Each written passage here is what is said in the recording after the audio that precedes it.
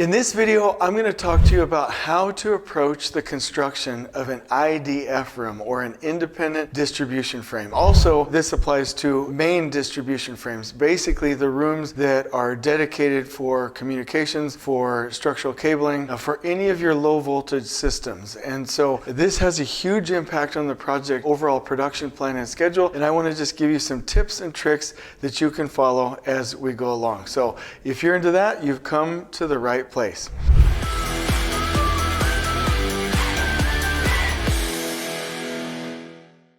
Okay, so I'm here in Abbotsford, British Columbia, Canada, and I am in an IDF room. We were walking by doing another string of videos, and I figured this is so important to a project schedule, I need to talk about it. Okay, so this room, from wall to wall, floor to ceiling, we need to have this built out as fast as we can up through the floors in order to support the overall project production plan. And I'll tell you why, for a couple of reasons.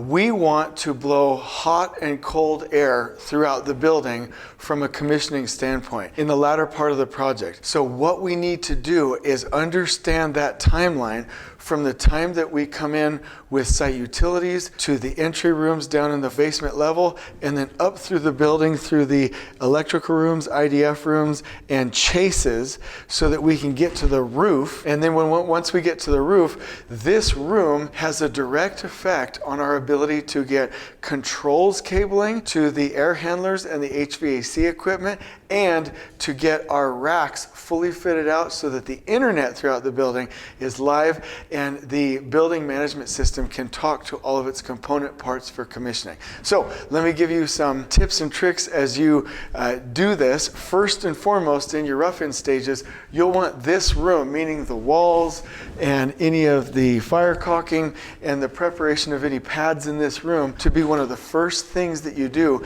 from a priority wall and a priority standpoint. So get this room built vertically up through the building as fast as you can. Even if you have reshores for the structure, get them built as fast as you can. The second thing that you'll want to do is secure them. So you'll need every bit of sheathing on the wall, the backboard, the paint, the fire caulking, the easy passes, the sleeves through the floor, the sleeves through the ceiling.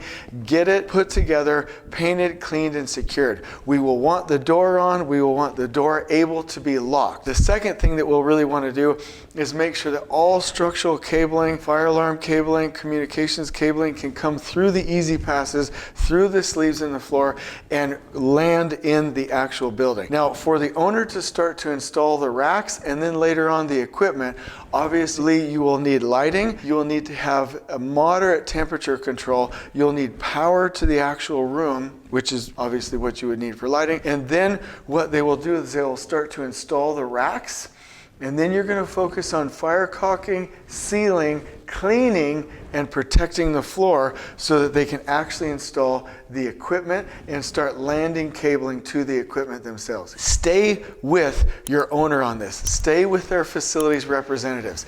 Make sure that you know the requirements. And so just off the top of my head, I can tell you walls built, backboards, paint, flooring, fire caulking, sleeves, easy passes, making sure that all cabling is pulled into the room, that you have moderate temperature control, lighting, power, clean is super huge, and that this room is lockable so that once we have equipment in here, it's not going to get stolen. In this room, you will see overhead racks, you will see easy passes, you will see structural cabling, you will see sleeves, you will see a room that's ready for the install of very, very sensitive equipment that cannot be dirty, that cannot be dusty. And if you do, oh my gosh, this is so good. If you do this right, you will be able to vertically connect all of your HVAC equipment with controls cabling and do your point-to-point.